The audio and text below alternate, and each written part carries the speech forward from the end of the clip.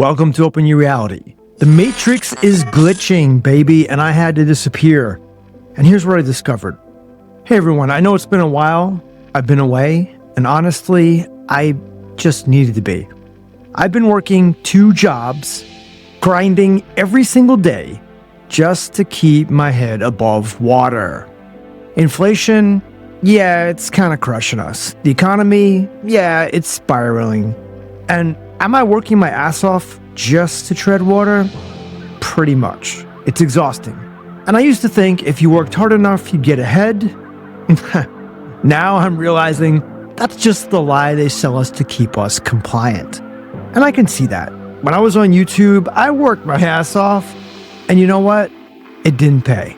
Because when the system keeps you down, it keeps you down. And that's when it hit me.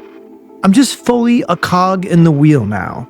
Just like Pink Floyd said, just another brick in the wall. Nothing more than a sprite in the Matrix, programmed to work, consume, and repeat. My entire goal now is simple, just to get the hell out and escape this trap before it completely consumes me. I had it right when I was in my late 20s and early 30s. I was living in Thailand, living the ideal minimalist life. Reading, writing, studying, just enjoying. But somewhere, somehow, I've become caught up in the Matrix. Don't ask me how, because I don't want to go into a long story, I do know. But here's the thing that's been eating at me, and I need to know if you feel it too. What if getting out isn't just about changing your job or moving to another country? What if the entire system we're trapped in is about to fundamentally change? I'm not talking about politics or economics. I'm talking about something much larger. You see, because since I've been away, and really, I haven't been away. I don't go on vacation. I'm right here, right at this microphone, actually. I've gone deep. I mean, really deep. And I've watched dozens of near-death experience videos. I've watched dozens of manifestation content, dozens of UFO documentaries and time travel theories, and on. Just hours and hours of content that most people would dismiss as fringe or crazy. But here's what nobody wants to admit. The fringe is starting to look a lot more real than the mainstream narrative. And of course, I've been following the government shutdown closely. What is it, day 36 or 37? The longest in history. Democrats and Republicans playing their usual theater while people suffer. SNAP benefits cut in half, government workers with no paychecks, less flights going out. I mean, it really makes you wonder, what is the actual plan? Is Trump a good guy looking to just drain the swamp? Is he a bad guy consolidating power? Or is he just as ignorant as everyone else, stumbling through a system he doesn't really understand? I used to have kind of a strong opinion about this, but now, well, I'm not so sure. Because here's the question that keeps me up at night. What if none of it matters? What if all this political drama is just a distraction from what's really coming? Yeah, you know, I'm talking about the AI apocalypse. Should we even bother planning the rest of our lives? Let me ask you something. What's the point of planning for the future when AI might simply take over everything and kill us all? I know that sounds dramatic, but I've been watching dozens of long-form podcasts about the AI takeover, and I know you've watched a few too. Now, there's this guy named Roman Yampolsky, brilliant researcher, who believes there's 100% certainty. No, let me check that. 99.9% that we're all going to die at the hands of advanced AI in the near future. 100% certainty. Really, that's what it is. Think about that. Even if he's only partially right, what about now? What about all the jobs being lost to AI today? What about all those government workers that have no paycheck, no food? I mean, damn it. What the hell? Is the U.S. insolvent? I mean, for a long time, we've just been printing our way out of it. The government doesn't want us to go into a depression. But that's really where we need to go. We need to be there. Gold over 4,000, silver over 50. Well, thankfully, silver should have been up a long time ago.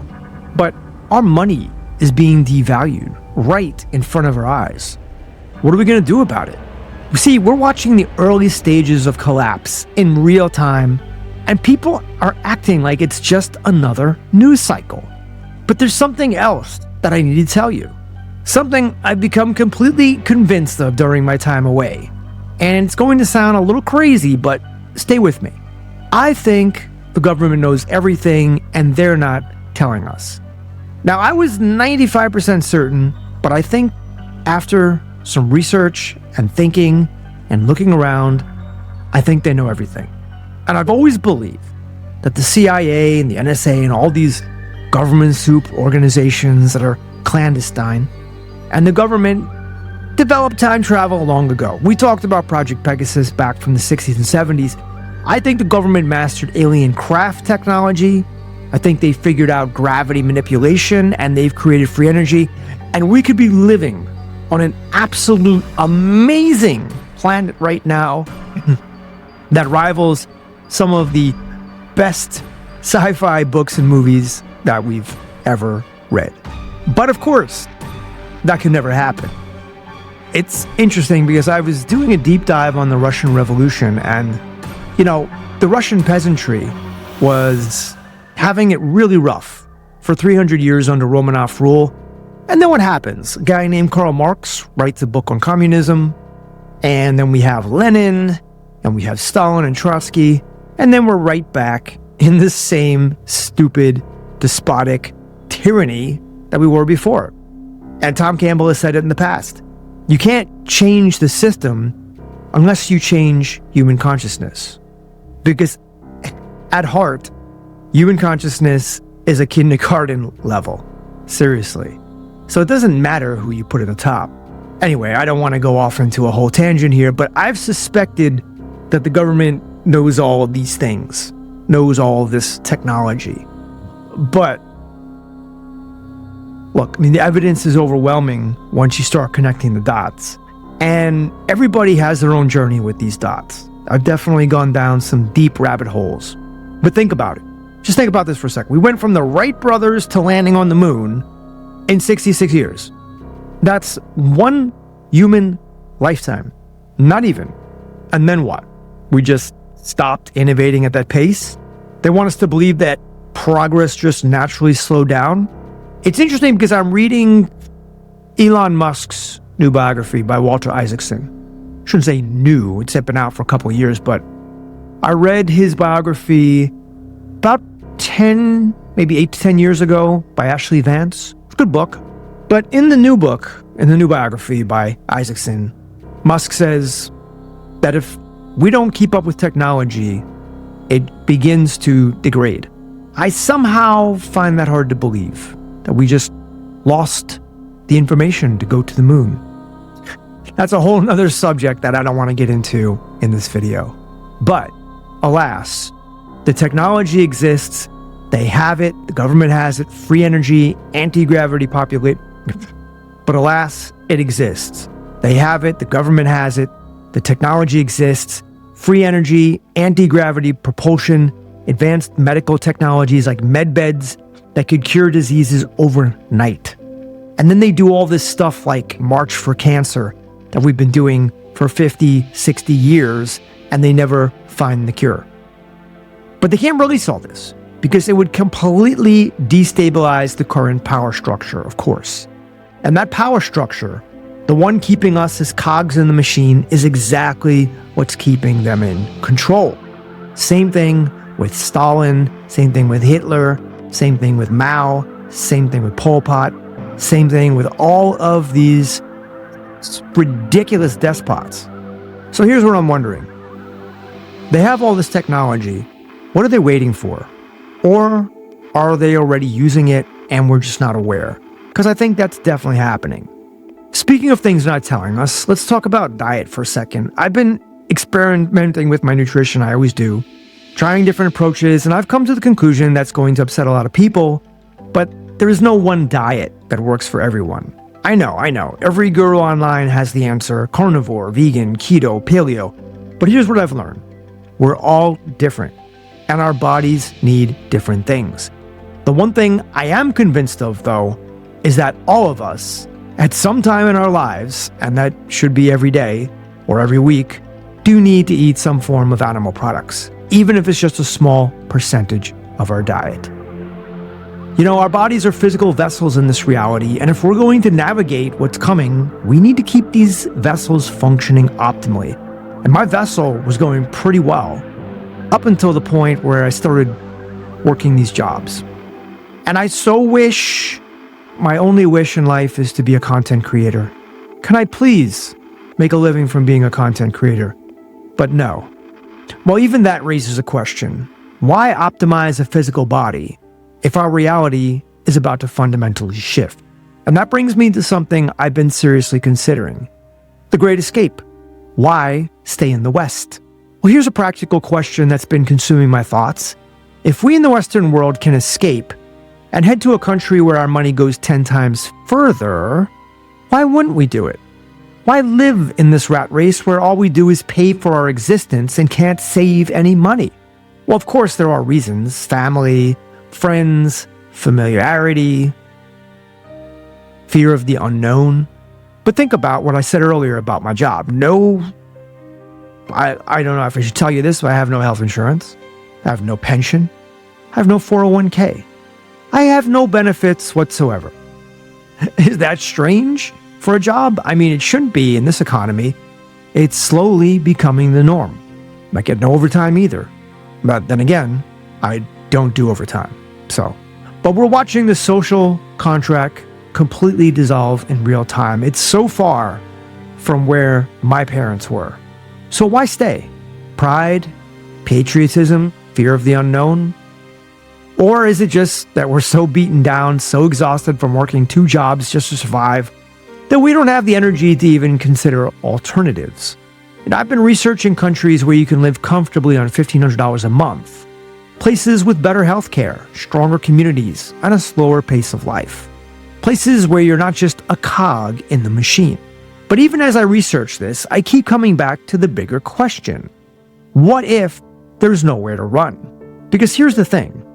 What if the changes coming aren't just geographical? What if they're fundamental to reality itself? If AI is about to take over? If the government has technology that could reshape our entire existence? If we're living in some kind of a simulation or consciousness-based reality?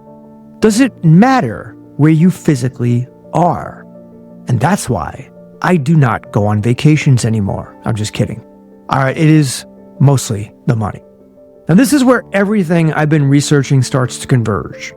The NDE videos talk about consciousness existing beyond physical reality. The manifestation content suggests our thoughts literally create our reality. And the UFO evidence points to technologies and entities that operate outside our understanding physics. The time travel theories suggest our linear experience of reality might be an illusion. Of course, but what if all of it is connected? What if the reason everything feels like it's simultaneously falling apart and reaching some kind of climax is because we're approaching a fundamental shift in how reality operates? So here's the real question. Let me ask you, are you feeling it too? Do you feel this constant anxiety, this overwhelm, this confusion, kind of like it doesn't even matter anymore? This sense that something massive is coming as well, that all the systems we've relied on are failing, not by accident, but because they're supposed to? That maybe, just maybe, being a cog in the machine right now is exactly where we need to be to understand what we're escaping from. Look, ladies and gentlemen, I don't have all the answers.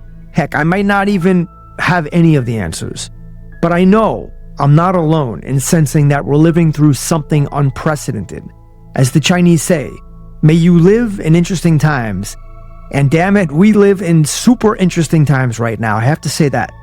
And maybe that's why I had to step away. I had to work these soul-crushing jobs, feel the full weight of the system pressing down on me with its boot, so I could finally see it clearly for what it is. The question isn't whether to escape. The question is, escape to what? And what are we ready for? And are we ready for what comes next? It's going to be interesting. Drop a comment below and let me know what you think. And if you are interested in this, you will certainly be interested in this video right here. So check it out because we're going to need each other for what's coming down the pike. See you soon.